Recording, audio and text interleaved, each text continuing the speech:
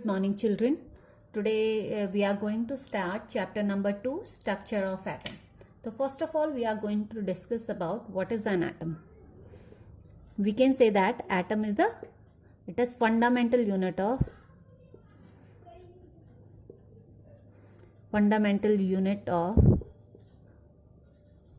any matter. And you know that matter exists in 3 states, that is solid, liquid and gas. So all these solid, liquid, gases all are made up of the fundamental unit, that is an atom. So we can also say that it is the smallest unit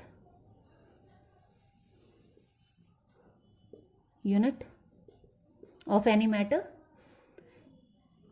fundamental मतलब है बच्चों basic unit, मतलब basic मतलब जो इन सब चीज़ों को बना रही है, सॉलिड को बना रही है, लिक्विड को बना रही है एंड गैसेस को बना रही है, वो सारी बेसिक यूनिट क्या हैं? These are the atom. If I ask you what is the fundamental unit of any building जो बन रही है उसका फंडामेंटल यूनिट क्या है? तो you can answer that these are the bricks. When we pile up these bricks one over another, the whole wall is formed, and these walls form the structure of any building. Okay. And if I ask you what is the fundamental unit of any living organism, your answer can be these are cells. Okay. तो किसी भी living organism को बनाने वाले जो fundamental units हैं और the basic units हैं वो क्या होती हैं बच्चों? सेल्स होती हैं. And when these cells come together they form the whole structure of the organisms. Okay. तो here in this chapter our main concern is atom. Okay. And इसको हम बहुत डिटेल में पढ़ेंगे बच्चों कि एटम का स्ट्रक्चर क्या होता है, एंड इसके बारे में पढ़ेंगे कि डिफरेंट मॉडल्स प्रपोज करे गए by different scientists. तो there was a large contribution of many scientists और जिन्होंने हमें स्ट्रक्चर के एटम के स्ट्रक्चर के बारे में बहुत डिटेल में समझाया. Okay children, we will talk about the contribution of various scientists in the field of discovery of atom with the help of timeline. So here I have prepared a timeline of discovery of atom. Okay, so first of all we will see that Democritus, he was a Greek philosopher. इन्होंने इन 400 BC में बताया कि कोई भी substance हमारे पास जो matter जो है that is made up of fundamental unit, और उन फंडामेंटल यूनिट को इन्होंने बोला एटम. ओके. तो it is the atom, word atom is driven from a Greek letter that is atomio. So this is what? A Greek word है which means that uncuttable. It means that इस word का मतलब है बच्चों uncuttable, any substance which cannot be cut into smaller pieces, or we can say that it is indivisible.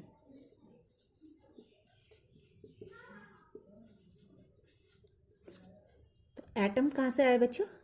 एटोमियो, जो यहाँ पे Democritus ने बोला, और इसका मतलब होता है इंडिविजिबल या अनकटेबल. ओके. देन एरिस्टोटल इन 350 BC, इन्होंने बोला कि कोई भी सब्सटेंस हमारे पास 4 चीज़ों से मिलके बना हुआ है, that is water, air, fire and earth. Okay. Next यहाँ पे आए Dalton's atomic theory. In 9th class you have studied. In 1803 he has proposed a Dalton atomic model. Then in 1791 Michael Faraday, he was doing experiment in the electricity. He was a very famous scientist जो कि electricity के ऊपर बहुत सारा काम कर रहे थे बच्चों. तो I'll explain कि किस तरीके से उन्होंने बताया. इन्होंने देखा कि अगर हम किसी सब्सटेंस को लिक्विड स्टेट में लेते हैं और एक्वस मीडियम में लेते हैं. For example if I take NaCl in aqueous medium, water में डिजोल्व करके इसका एक्वस सोल्यूशन बना दिया, और यहाँ पे दो मेटल प्लेट को हमने बैटरी से कनेक्ट कर दिया. तो इस तरीके से उन्होंने इस तरीके का सेटअप लिया. ठीक है, यहाँ पे हमारे पास बन गया एक cathode and this is what anode. तो इस तरीके से जब उन्होंने बैटरी से जोड़ा तो यहाँ पे he has observe that the electricity is flown in the aqueous solution also.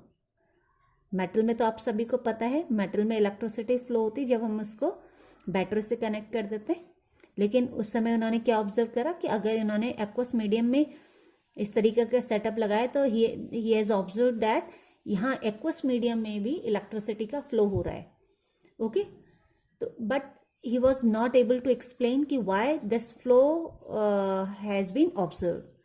Then in 1826 another scientist G.J.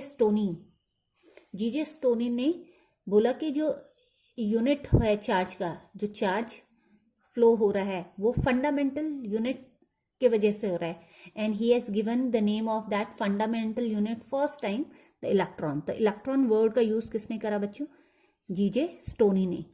Okay, but उनको इन्होंने बाकी और कुछ भी डिटेल में इलेक्ट्रॉन के बारे में नहीं बताया. उन्होंने जस्ट ऐसे ही फंडामेंटल यूनिट जो कि चार्ज कैरी कर रहा है, चार्ज का कैरियर है, उन्होंने उसको इलेक्ट्रॉन नाम से एड्रेस करा. Then in 1897 J.J. Thomson, a great scientist, इन्होंने क्या करा बच्चों?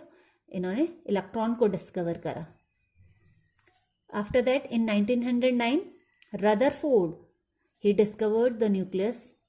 बहुत ही इनका फेमस एक्सपेरिमेंट है, that was alpha ray scattering model, जो कि हम पढ़ेंगे इस चैप्टर में बच्चों. तो रदरफोर्ड ने he has discovered the nucleus. After that in 1910 R.A. Millikan, he has discovered the charge on an electron. Electron में कितना चार्ज होगा ये किसने बताया? R.A. Millikan ने. बाय ऑयल ड्रॉप एक्सपेरिमेंट, ये भी हम पढ़ेंगे इस चैप्टर में बच्चों.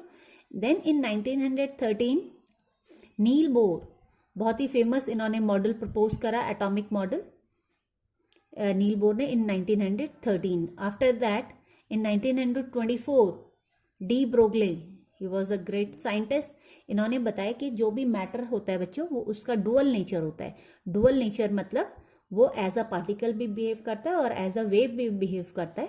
तो इन्होंने किसी भी मैटर, चाहे वो इलेक्ट्रॉन है, चाहे वो हमारे पास माइक्रो मैटर्स हैं या फिर मैक्रो मॉलिक्यूल्स हैं, या कोई भी हमारे पास मैटर है, ठीक है, सबके सब डुअल नेचर में एग्जिस्ट करते हैं.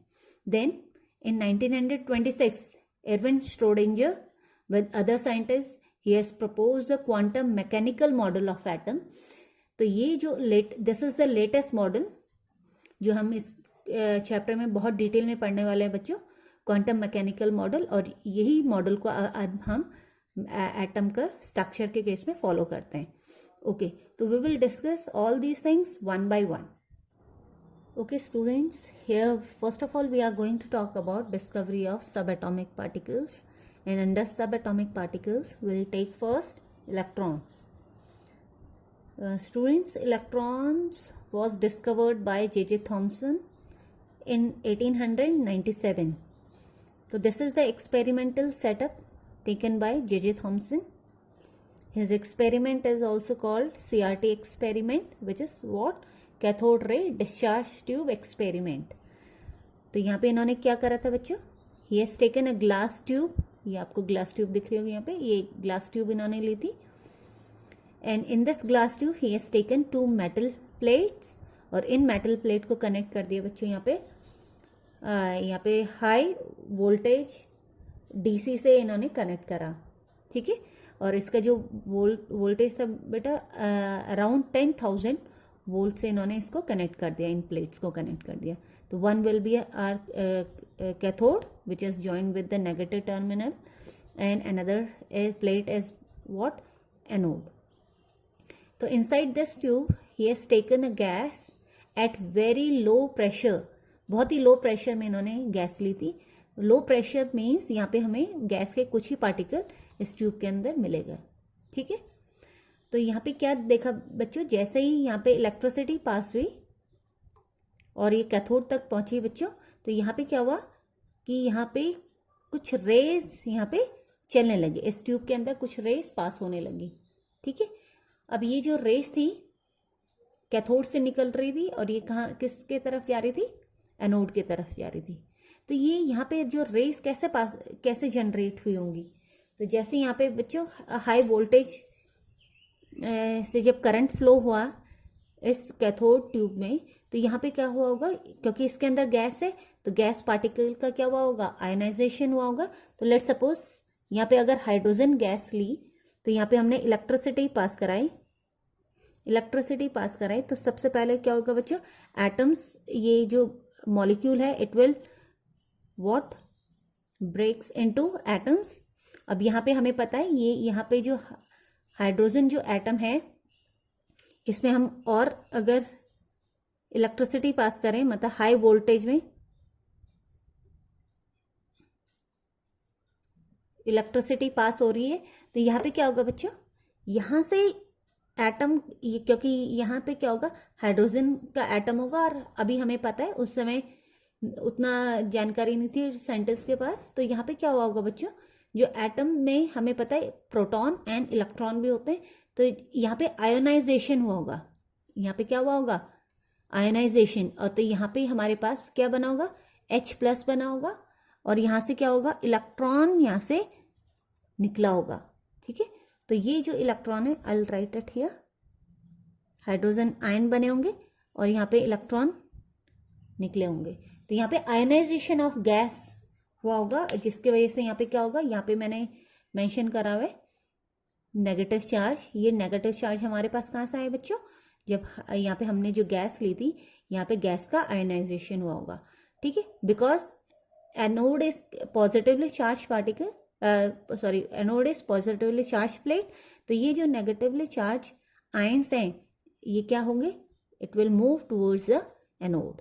तो इस तरीके से यहाँ पे क्या होगा बच्चों, इस तरीके से यहाँ पे वेव चलेंगी, या फिर हम बोल सकते हैं जो रेस जनरेट हुई और ये कहाँ से, कैथोड से होते हुए एनोड की तरफ पास हुई, ओके। तो here you will be able to see, here I have taken what, anode, perforated anode, perforated, I will just zoom it little more, okay. तो यहाँ पे आपको दिखाई दे रहा है इस प्लेट में होल्स, ठीक है।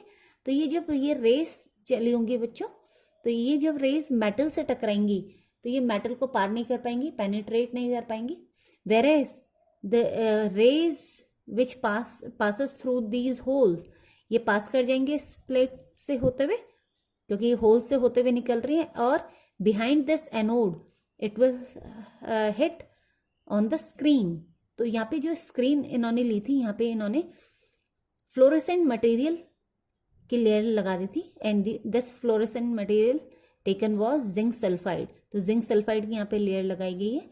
तो यहाँ पे इन्हें क्या ऑब्जर्व हुआ, इन्होंने क्या ऑब्जर्व करा बच्चों, कि ये जब रेज यहाँ पे बिहाइंड द एनोड ये जब टकरा रही है, तो उन पोजीशंस पे इनको इल्यूमिनेशन दिखाई दिया है। इल्यूमिनेशन का मतलब चमक इन्हें नजर आई। तो इसे इन्होंने कंक्लूड करा कि इस ट्यूब के अंदर कुछ रेस चल रही होंगी, तो इनको इन्होंने क्या नाम दिया, कैथोड नाम दिया। तो ये रेस कौन सी इन्होंने बताई, these are the cathode rays. Why these are called cathode, because ये क्या हो रही है, कैथोड से जनरेट हो रही है, and these rays are moving towards anode, okay. तो इस तरीके से इन्होंने बोला कि ये जो इस ट्यूब के अंदर रेस जनरेट हो रही है, these are the cathode rays. Now in his next experiment इन्होंने बोला ये जो कैथोड रेज है, these are the negatively charge, these are made up of negatively charge particles, और जिसको इन्होंने क्या बोला, इलेक्ट्रॉन। तो ये कैसे प्रूव होता है, इन्होंने अपने अनदर एक्सपेरिमेंटल सेटअप लिया और इससे इन्होंने प्रूव करा कि जो जनरेटेड रेज हैं, these are negatively charge, consist of negatively charge particles. तो यहाँ पे देखो, दिस इज व्हाट कैथोड, ये हमारे पास एनोड है, नेगेटिवली चार्ज टर्मिनल से जुड़ा हुआ है बच्चों, and this is connected with, this plate is connected with positive terminal of this battery, okay. और यहाँ पे क्या होगा बच्चों, उसी तरीके का एटमॉस्फेयर है, gas taken at a low pressure, ठीक है। तो यहाँ पे जब हाई वोल्टेज करंट यहाँ पे फ्लो हो रहा है, कैथोड तक जा रहा है, तो यहाँ पे क्या होगा, गैस जो भरी हुई है उसका भी आयनाइजेशन होगा, और यहाँ पे हमें फिर से जो कैथोड रे होगी जनरेट होते हुए मिलेगी। अब इस सेटअप पे क्या करा गया है, जो एनोड यहाँ पे एनोड ले रखा है बच्चों, इसके बीचों बीच में होल करा हुआ है, स्मॉल होल इज देयर, ठीक है। तो बाकी यहाँ भी रेज निकलेंगे, इधर भी रेज निकलेंगे, यहाँ से भी रेज निकलेंगे, लेकिन ये क्या होगा, बिकॉज ये जो रेज हैं उतनी पावरफुल नहीं है, तो ये क्या करेंगे बेटा, it will not penetrate the metal plate, metal plate से आर पार नहीं जा पाएंगी, ये केवल इस होल से पास होते हुए ये रेज निकलेंगी और ये स्ट्रेट पाथ फॉलो करते हुए आगे चलेंगी।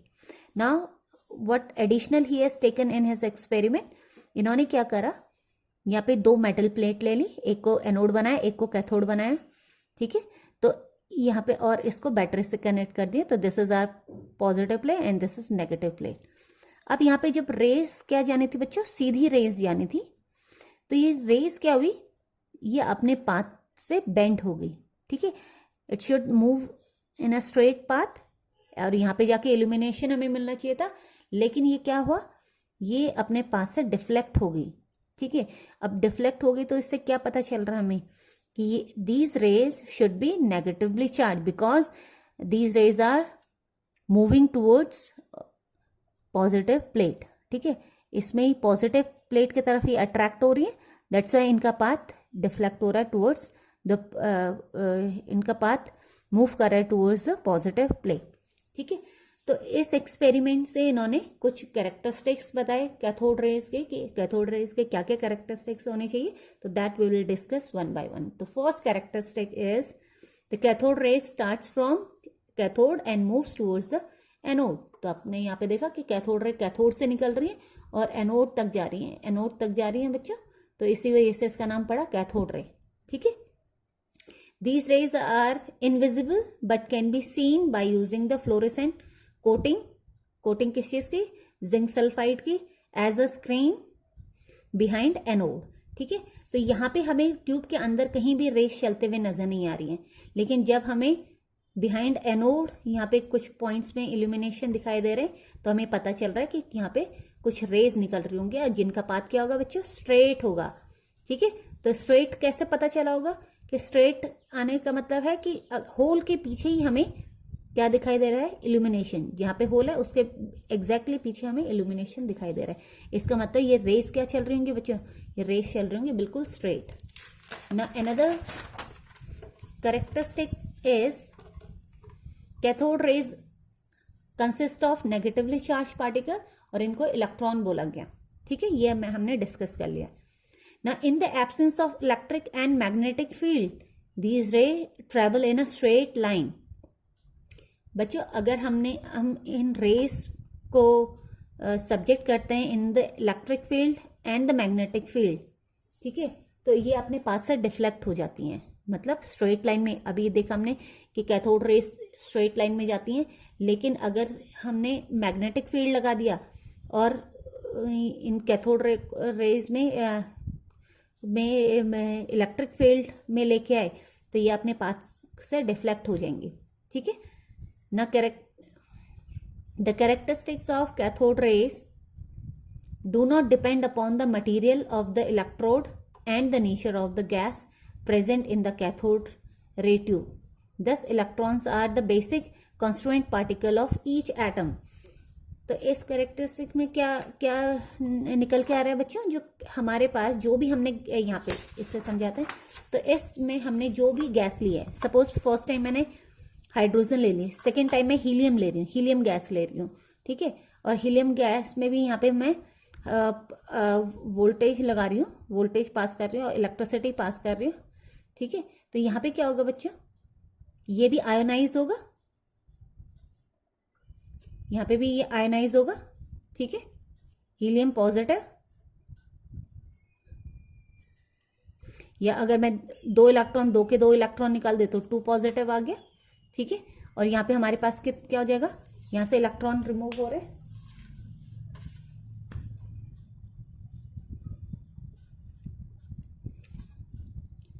ओके, तो यहाँ पे क्या हो रहा है, चाहे मैं हाइड्रोजन लूँ, चाहे मैं हीलियम गैस लूँ, चाहे मैं ऑक्सीजन गैस लूँ, तो हर केस में क्या हो रहा है, इलेक्ट्रॉन्स निकल रहे हैं। तो यहाँ पे जो इलेक्ट्रॉन्स, यहाँ पे क्या निकल रहे हैं बच्चों, इस रेस से जब भी कोई भी गैस आयोनाइज हो रही है तो हर बारी हमें क्या मिल रहा है, इलेक्ट्रॉन मिल रहा है। ठीक है, तो चाहे वो कोई से भी गैस हम इस ट्यूब के अंदर ले रहे हैं तो हर बारी हमें इलेक्ट्रॉन ही मिल रहे हैं। जो यहाँ पे जो हमारे पास चार्ज पार्टिकल मिल रहे हैं, दीज आर इलेक्ट्रॉन्स। सिमिलरली जो इसका नेचर होगा, कैथोड रे का जो नेचर होगा वो मेटल प्लेट पे भी डिपेंड नहीं करेगा। ठीक है, चाहे मैं यहाँ पे कॉपर की प्लेट ले लूँ या एल्यूमिनियम की प्लेट ले लूँ या आयरन की प्लेट ले लूँ, कोई से भी प्लेट लेती हूँ तो तब भी हमारे पास जो यहाँ पे जो कैथोड रे होगी तब भी हमारे पास यहाँ पे ये कैथोड रे बनी होगी नेगेटिवली चार्ज पार्टिकल से, क्योंकि यहाँ पे क्या हो रहा होगा, हर बारी जब ये यहाँ से रेज निकल रही है तो ये क्या कर रही है बच्चों, आयोनाइज कर रही है गैस को, और गैस को आयोनाइज करके हमें हमेशा क्या मिल रहा है, इलेक्ट्रॉन्स मिल रहे हैं। ओके,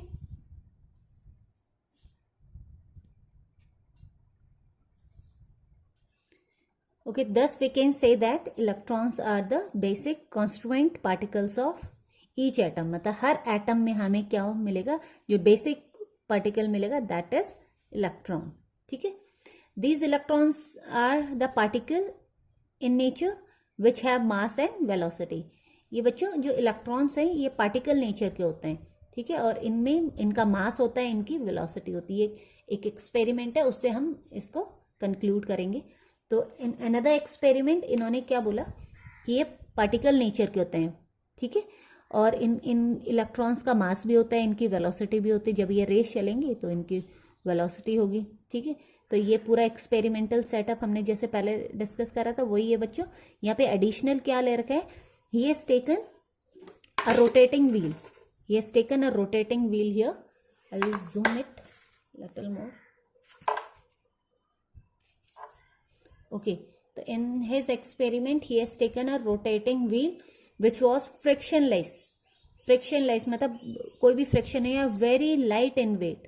ये जो व्हील था बहुत लाइट वेट का इन्होंने लिया। तो यहाँ पे क्या, और गैस हमने यहाँ पे ट्यूब में बहुत एट लो प्रेशर ले रखी है। One more thing is here he has taken a metal plate.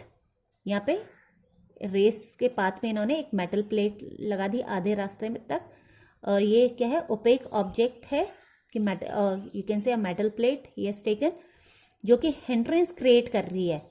It is creating a hindrance in the path of these cathode rays. ठीक है, तो यहाँ पे क्या होगा बच्चों, उसी सेटअप में हमने देखा यहाँ पे कैथोड है, यहाँ से रेज हमें चलते हुए नजर आएंगी, और जब यहाँ पे हमने रोटेटिंग व्हील ले रखी है तो यहाँ पे ये जो रेज होंगी, ये रेज क्या करेंगी, ये इसको व्हील को बार बार हिट करेंगी। हिट करने से क्या होगा, ये व्हील हमें घूमते हुए नजर आएगी। ठीक है, तो ये व्हील बहुत, क्योंकि ये बहुत लाइट वेट है, तो यहाँ पे ये क्या है, बिकॉज ये जो रेज बनी है किससे बनी हुई है, मूविंग इलेक्ट्रॉन से बनी हुई है। तो इलेक्ट्रॉन जब इसको हिट कर रहे हैं तो हिट करने से क्या हो रहा है, ये व्हील घूमने लगेगी। ठीक है, तो यहाँ पे कुछ रेज यहाँ पे निकल रही हैं जो ये यहीं पे रुक जाएंगी, क्योंकि यहाँ पे हमारे पास ओपेक ऑब्जेक्ट है, ये इन रेज को पास नहीं होने देगा। तो इस एक्सपेरिमेंट से क्या पता चला कि ये जो इलेक्ट्रॉन्स हैं या फिर हमारे पास कैथोड रेज हैं, ये पार्टिकल नेचर की होती हैं, और इसका जो मास है होता है, और ये इसमें वेलोसिटी, क्योंकि ये मूव कर रही है, चल रही है, और इसमें कोई जिसका बेटा जो कोई भी ऑब्जेक्ट है जिसका मास होगा, वो अगर किसी moving object which is having mass, और वो स्ट्राइक करेगी किसी ऑब्जेक्ट के ऊपर, तो वो उसको पुश करेगी। अब पुश करने से क्या होगा, because it is a wheel, तो ये क्या होगा, ये मूव करने लगेगा। ओके, तो in this way we have discuss various characteristics of cathode rays. Okay students, अब हम बात करेंगे बच्चों charge to mass ratio, electron की चार्ज टू मास रेशियो पे डिस्कस करते हैं। तो इलेक्ट्रॉन का चार्ज टू मास रेशियो किसने डिस्कवर करा बच्चे, जे थॉमसन ने ही इसके बारे में इसकी वैल्यू फाइंड आउट करी, E/m रेशियो जिसको बोलते हैं charge to mass ratio. Okay, तो इन्होंने अपने सेटअप में क्या चेंजेस करे, इन्होंने देखा कि जब यहाँ पे this is cathode ray only, ठीक है, यहाँ पे इन्होंने अपने एक्सपेरिमेंट में यहाँ पे क्या है, this is magnet, these are the plate, anode and cathode, यहाँ पे कैथोड, दिस इज एनोड, और यहाँ पे हमारे पास कैथोड रे है बच्चों, जो कि अगेन हाई वोल्टेज सोर्स से जुड़ा हुआ है, ठीक है। तो यहाँ पे क्या होगा, जब इलेक्ट्रिसिटी पास हो रही है तो यहाँ पे फिर से हमें कैथोड रेज दिखाई दे रही है, which will pass through this hole, और हमें स्ट्रेट पाथ में बिल्कुल पतली सी यहाँ पे क्या दिखाई दे रही है, रेस निकलते हुए दिखाई नहीं देती है, these are the invisible rays. Observation कैसे होगा, यहाँ पे हमने फिर से फ्लोरेसेंट मटेरियल की कोटिंग करी हुई है, ले रखी है। तो यहाँ पे क्या करा बच्चों, जो ये path of this light, electric field और यहाँ पे मैग्नेटिक फील्ड जो जनरेट हो रहा है, तीनों को किस तरीके से एडजस्ट करा गया कि ये एक दूसरे के परपेंडिकुलर हो। मीन्स जो इलेक्ट्रिक फील्ड है हमारे पास, मैग्नेटिक फील्ड जो जनरेटेड बाय दिस मैग्नेट, और ये जो path of this what cathode ray, all three should be perpendicular to each other. तो इस तरीके से जब सेटअप किया गया तो यहाँ पे क्या देखा गया बच्चों, in the absence of these electric field and the magnetic field, it should follow this these rays should follow the straight path, बिल्कुल सीधी चलनी चाहिए थी। लेकिन जैसे ही हम अगर केवल इलेक्ट्रिक फील्ड लगा रहे हैं बच्चों, केवल इलेक्ट्रिक फील्ड लगा रहे हैं, तो ये क्या होगा, ये डिफ्लेक्ट हो जाएगी, ये रे सीधे ना जाके ये टेढ़ी जाएगी। क्यों जा रही है, क्योंकि यहाँ पे हमने अभी देखा कि ये कंसिस्ट है बाय इलेक्ट्रॉन्स, इलेक्ट्रॉन में नेगेटिव चार्ज होता है, तो ये क्या होगी, पॉजिटिव प्लेट की तरफ मूव करेगी। लेकिन अगर हम ये इलेक्ट्रिक फील्ड हटा दें, केवल मैग्नेटिक फील्ड लगाते हैं, तो in the presence of this magnetic field again यहाँ पे जो स्ट्रेट पाथ है हमारे पास, ये हम हटा रहे हैं, स्ट्रेट पाथ फॉलो नहीं होता है, ठीक है। ये बिल्कुल अपोजिट, जैसे हमने देखा इलेक्ट्रिक फील्ड में ये क्या हो रहा है, पॉजिटिव प्लेट की तरफ मूव कर रही है, लेकिन जैसे हम मैग्नेटिक फील्ड लगा रहे हैं बच्चों, ये बिल्कुल अपोजिट इसका डिफ्लेक्शन हमें दिखाई दे रहा है। लेकिन इस सेटअप में इन्होंने क्या करा, मैग्नेटिक एंड इलेक्ट्रिक फील्ड एक साथ इन्होंने लगाई कैथोड ट्यूब में, और ये इस तरीके से सेटअप करा गया कि ये तीनों के तीनों magnetic field, electric field and the path of this ray, cathode rays should be perpendicular to each other, ठीक है। तो यहाँ पे ये, और इन्होंने इस तरीके से सेटअप करने के बाद इनके स्ट्रेंथ को, जो मैग्नेटिक फील्ड स्ट्रेंथ और magnetic field strength and electric field strength को इस तरीके से एडजस्ट करा कि जो डिफ्लेक्शन हमें दिख रहा था, लेट सपोज यहाँ पे हमारे पास, ये मैं बोल रही हूँ यहाँ पे, ये this is point A, this is B, और ये पॉइंट सी में पहले इल्यूमिनेशन दिखाई दे रहा था, ये वाला कब दिखाई देगा, without presence of electric and magnetic field. ये इल्यूमिनेशन, ये पॉइंट हमें कब दिखाई देगा, in the presence of electric field, और ये इल्यूमिनेशन हमें कब दिखाई दे रहा है बच्चों, in the presence of magnetic field, ठीक है। जब हमने यहाँ पे इन्होंने सेटअप करा दोनों ही इलेक्ट्रिक एंड मैग्नेटिक फील्ड, और इसमें इस तरीके से एडजस्टमेंट करा कि अब जो ये डिफ्लेक्शन आ रहा था ये धीरे धीरे खत्म हो गया, और again the rays are following the straight path. और अब हमें क्या दिखाई दे रहा है कि अब यहाँ पे किसी भी टाइप का डिफ्लेक्शन नहीं हो रहा है, अब अगेन द रे is following the straight path, और हमें इल्यूमिनेशन अब ए पे ही दिखाई दे रहा है, ठीक है। तो यहाँ पे इन्होंने क्या कंक्लूजन निकाला बेटा अपने एक्सपेरिमेंट से, सबसे पहले जो deflection of cathode ray, it is directly proportional to the magnitude of the charge on the particle, ठीक है। तो जो यहाँ पे हमारे पास इलेक्ट्रॉन से मिलके बन रही है कैथोड रे, तो जितना ज्यादा इसके ऊपर चार्ज होगा कैथोड रे में डिफ्लेक्शन उतना ही ज्यादा होगा, ठीक है ना। Deflection is inversely proportional to mass. तो ये जो इलेक्ट्रॉन्स का जो मास है बच्चों, अगर ये लाइटर होगा, इसका मास लाइटर होगा तो डिफ्लेक्शन ज्यादा होगा, और अगर ये हैवियर होगा, मास हैवी होगा इलेक्ट्रॉन्स का, तो डिफ्लेक्शन उतना ही कम आएगा, ठीक है। तो ये जो इस तरीके से जो इन्होंने एडजस्ट करा, और अब यहाँ पे किसी भी टाइप का अगर डिफ्लेक्शन हमें नहीं दिखाई दे रहा है, तो in that case we can say that जो हमारे पास मैग्नेटिक फोर्स और इलेक्ट्रिक फोर्स, इसमें रिमूव करते हैं, इलेक्ट्रिक फोर्स इलेक्ट्रिक फोर्स हमारे पास मैग्नेटिक फोर्स के बराबर हो जाएगा।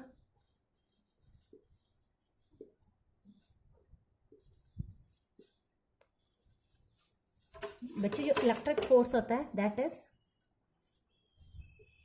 E into E, where E is what? Charge, and E is what?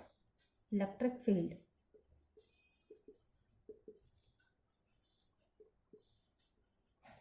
Is equals to magnetic force कितना होगा बच्चों? Magnetic force is BeV.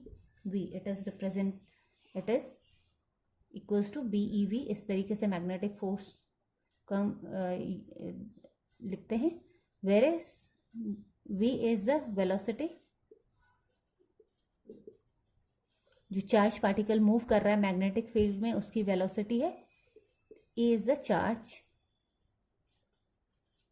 on the charge particle and B is what? Magnetic field.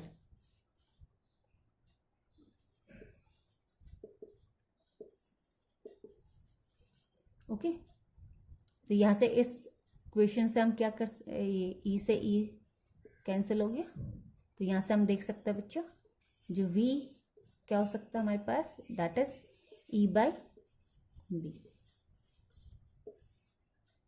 Okay now जब भी कोई charge particle बच्चों magnetic field में move करता है तो ये सर्कुलर पाथ ले लेता है। When any charge particle like electron was a cathode ray हमारे पास इलेक्ट्रॉन से मिलके बनी है, जब ये मैग्नेटिक फील्ड में आएगा बेटा ये स्ट्रेट पाथ ना लेते हुए ये क्या होगा, सर्कुलर पाथ ले लेता है। ठीक है तो हम यहाँ पे एक और रिलेशन लिख सकते हैं, BeV जो मैग्नेटिक फोर्स होगा that is equals to mv² upon r। ठीक है तो यहाँ पे ये क्या है, centripetal force, and it will provide the centripetal force of the charge particle. तो यहाँ से हम देख सकते हैं V से V कैंसिल, तो हमारे पास आए बच्चों BE is equals to mvr। तो यहाँ पे अगर मैं रिलेशन देखूं E by m का, तो I write here relation E by m, इससे यहाँ पे मैं E by m का रिलेशन लिखूं तो E by m यहाँ से मैं लिख सकती हूँ बच्चों, this would be V upon BR। ठीक है और V की जो वैल्यू है इक्वेशन 1 से मैं यहाँ पे पुट करूंगी, फ्रॉम इक्वेशन 1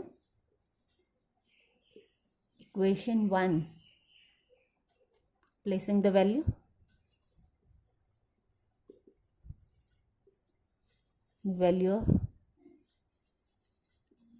of V। तो यहाँ पे हमारे पास क्या आ जाएगा, E upon m is equals to,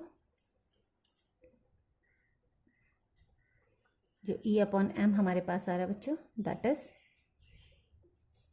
m, B के बदले में क्या लिख रही हूँ, E बाय, सॉरी यहाँ पे B के बदले मैं लिखूंगी बच्चों E बाय, V के बदले E बाय V।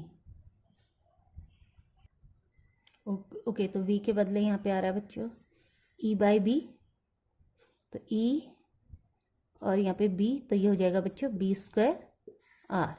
तो ये हमारे पास E बाय M की वैल्यू आ रही है। तो यहाँ पे जे थॉमसन ने E बाय M की वैल्यू इस तरीके से यहाँ पे कंक्लूड करी थी बच्चों, where E is what, electric field, जो उन्होंने जो इलेक्ट्रिक फील्ड लगाया था उसका मैग्नीट्यूड उनको पता था। ठीक है where as B is what, that is magnetic field, इसकी वैल्यू भी उन्हें पता था, and R is what, it is the radius of curvature. Radius of curvature का मतलब क्या है बच्चों, ये जो रेज बेंड हो रही है, ये जो रे बेंडिंग हो रही है in the presence of magnetic field, ये कर्वेचर उन्होंने मेजर कर लिया था। और इन this way by placing the value of E, B and R, इन्होंने जब कैलकुलेशन करी तो इसकी वैल्यू क्या आई बच्चों, दैट इज 1.7588, यहाँ पे there is no space, I will write here. तो ये पूरा कैलकुलेशन करने के बाद E बाय M की वैल्यू जो उन्होंने इन सब इनका वैल्यूज प्लेस करके निकालिए बच्चों.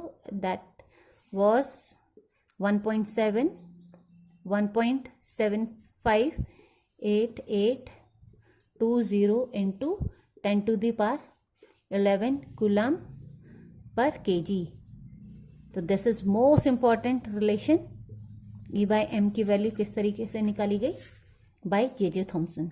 तो इसको हम सिंपली E बाय एम की वैल्यू अगर आपसे पूछा जाता है तो आप यहाँ पे 1.75 तक भी लिख सकते हैं. 10 to the power 11 कूलम पर kg. 5 इसको राउंड ऑफ करके 6. तो this is what the value of E by M. Okay, thank you.